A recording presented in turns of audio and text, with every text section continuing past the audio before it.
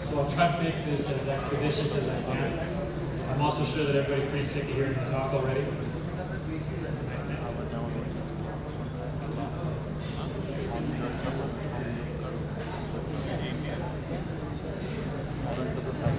May I request Professor Saidul Rahman Khan sir to share the session?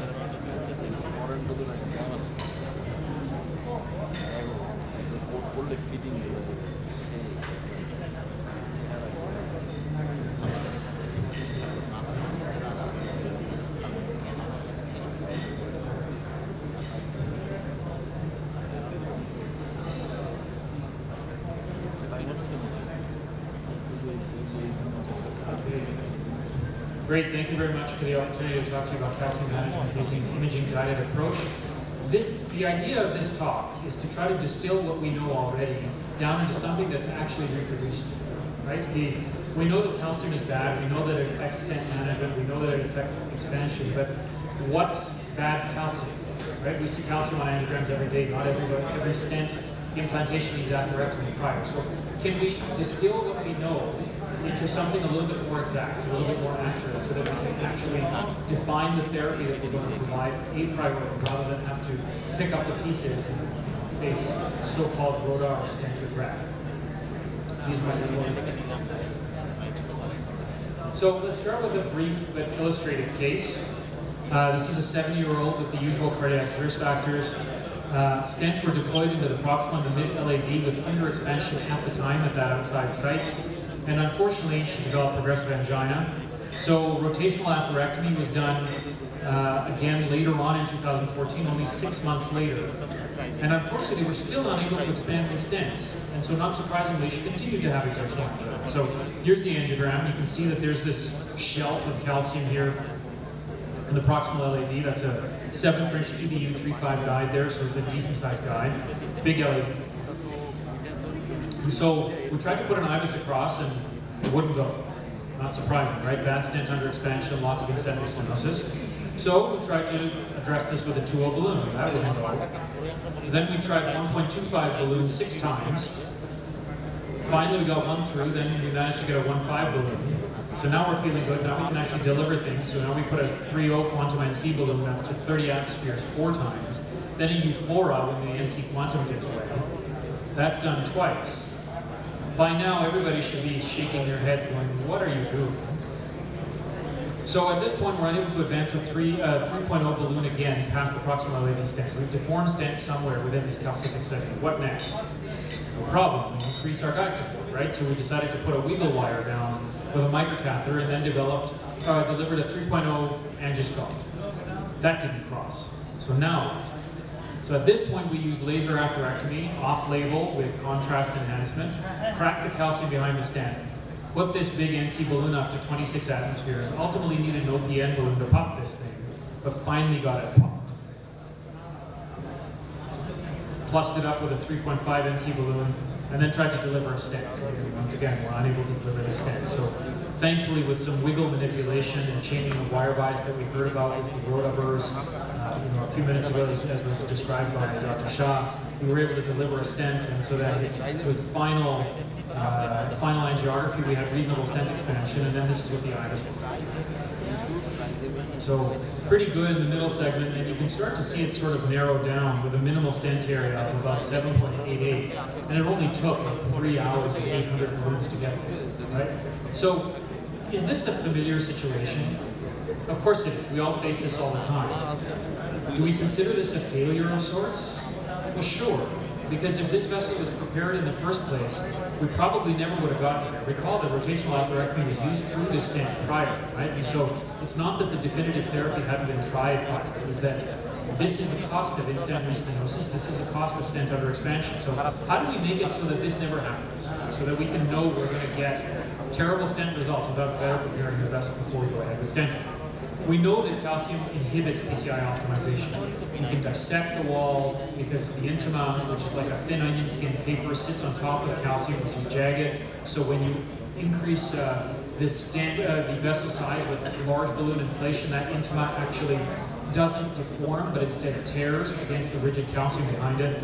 You can't dilate it, stents don't expand, so you can't get big stents in, and then you don't appropriately expand stents when necessary. And as a result, you get higher levels of MACE, where in these patients that were followed out to 16 months, what you end up with is the patients who are getting the absolute worst outcomes are the ones where you have severe calcification and bad expansion of stents, right? You get MACE rates in the 1/3 range at the end of 5 years, which is not good, doesn't matter what therapy you choose to provide.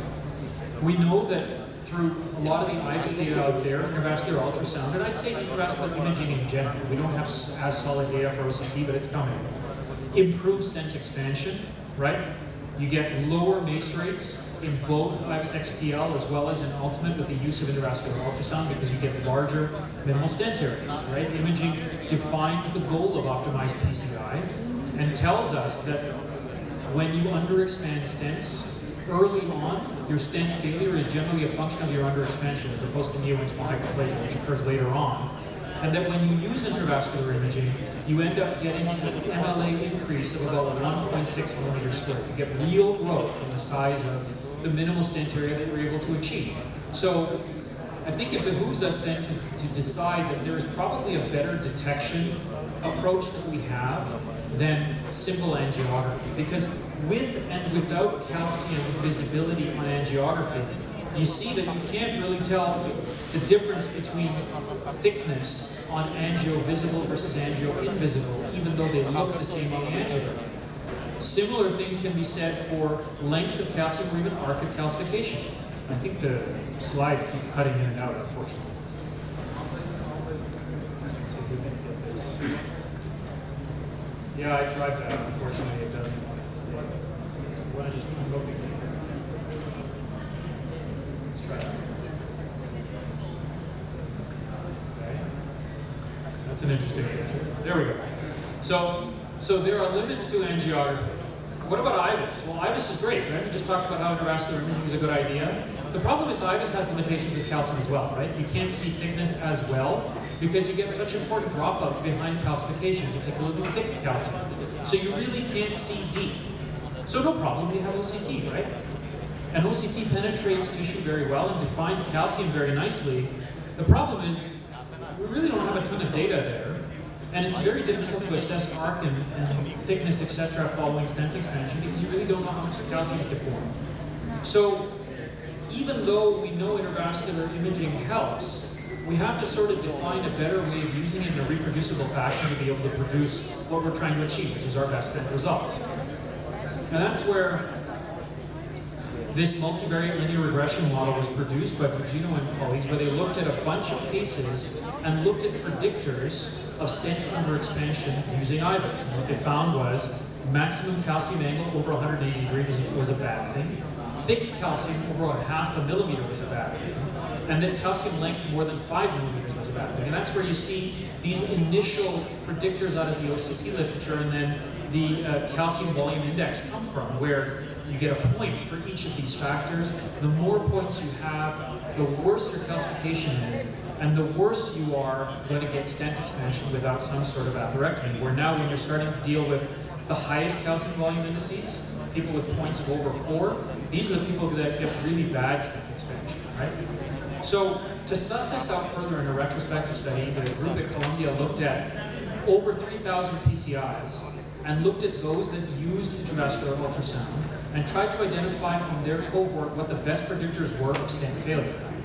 And what they found out of separating the groups into a validation cohort, a derivation cohort, and then an atherectomy cohort, i.e. those in whom atherectomy were used, was that calcium detection by angiography isn't great, but by IVUS you can actually start to make a fair amount of sense using 4 very simple features.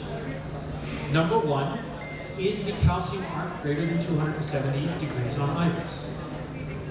If so, they put them into this study, and what they found were the best predictors were 360 degrees of calcium, you get a point. If the calcium was greater than 5 millimeters in length at over 270 degrees, you got a point. If you had a calcified nodule, you got a point. And if the vessel diameter was less than 3.5 millimeters, you got a point. These were independent predictors of poor stent expansion. And then when you had calcium scores of 2, 3, or 4, 1 point for each, you ended up getting poor stent expansion. And this was shown in their derivation cohort, where the higher your calcium score, the worse off your expansion. They proved it in the validation cohort. And then what they showed very interestingly was, doesn't matter what your calcium score was, the use of atherectomy was associated with better stent expansion than lack thereof. In the OCT world, you have the MLD max algorithm that's been promulgated by Ziad Ali and colleagues, where they define the using a pre-PCI OCT, the morphology, the length, and the diameter of the lesion that they need to treat, paying particular attention to the calcification, and then looking for medial dissection, apposition, and expansion on their post-PCI OCT. And what they find using an OCT-based calcium volume index score is something very similar, right? When you have more than 180 degrees of calcium, you get 2 points. When you have a maximum calcium thickness of over 0.5 millimeters, you get 1 point. And then when your calcium length is over 5 millimeters, you get 1 point. Once again, not surprisingly, the more calcium, the worse your stent expansion. And so what we recognize is you simply cannot leave your calcium detection to angiography alone. And the more calcium you have, the worse your stent outcomes. But we're fortunate now, because in the world of intravascular imaging, we've got a reproducible way of telling us that we need to use adjunctive technologies to be able to get better results when treating these types of lesions, knowing that our worst outcomes are the ones in whom we have lots of calcium that is undertreated. What are we shooting for? Simple, calcium fracture. You need to make cracks in the calcium so that then the non-compliant balloon that you put in afterwards achieves expansion of the vessel so that your stents can be put in. So the take-home message here is, number one, angiography doesn't work very well to define calcification. You can see it's there, but you don't know how bad it is. Number two, intravascular imaging gives you a reproducible, validated point score, and it tells you that if you have any more than 1 point, your stent expansion may be compromised without careful vessel prep. And number three, when you're preparing your vessels, what you're shooting for is calcium fracture, whether that's with a cutting balloon, rotablation, orbital atherectomy, laser with contrast, or shockwave lithotripsy. What you want is to break the calcium to be able to expand your stents. And that's where the SKY 2020 algorithm came from, where we look at using intravascular imaging to define the nature of the calcification. If you've got an uncrossable lesion, you use a front-cutting technology. If you've got deep, thick calcification, you use an orbital technology. If you're able to pass a lithotripsy balloon and it's in proximal vasculature with other factors that can lend trouble to atherectomy, severe tortuosity, etc., then a lithotripsy balloon is appropriate. Optima echoes this type of management.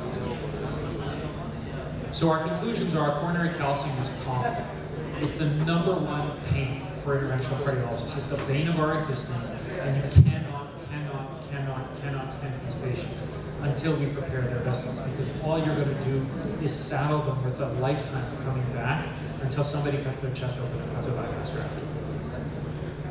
Number two, these lesions are the highest risk lesions amongst the ones that we treat. But number three, you can solve this problem with imaging by reproducibly addressing the nature of the calcium that you have, and in that context, choosing the right patients on whom to use calcium-modifying technologies to get optimized results. Thanks very much for your time and attention. Thank you, Dr. Carla, for your excellent talk on image-guided approach to calcium lesions. I would like to request the audience to take questions and put questions to Dr. Carla. Question and comments, please.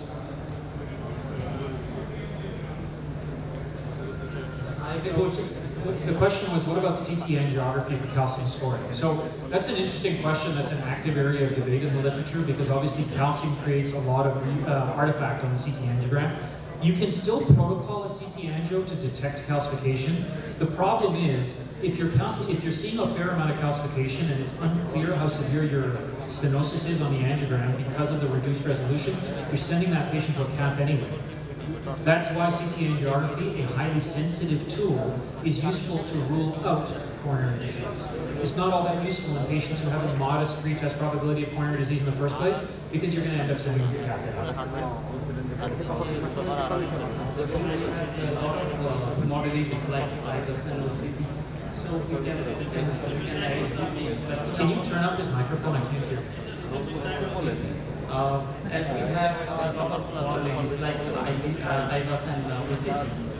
in our perspective, in our community, we can use CT angiography to see the calcium score. After that, can we assess whether we can go for rotational therapy or by CT angiography scoring? So the calcium score is not an angiogram. The calcium score is a reflection of your 10-year likelihood of an acute cardiovascular event. That doesn't really tell you anything about the nature of the calcification within the coronary, other than volume. And as you know, you can have a high calcium score and maintain a lumen throughout all of your coronary arteries, right? Where there's no indication of intervention at all. So the answer to your question, I think at this stage, using the technology that we have is no. I don't think a CT coronary calcium score can give you the information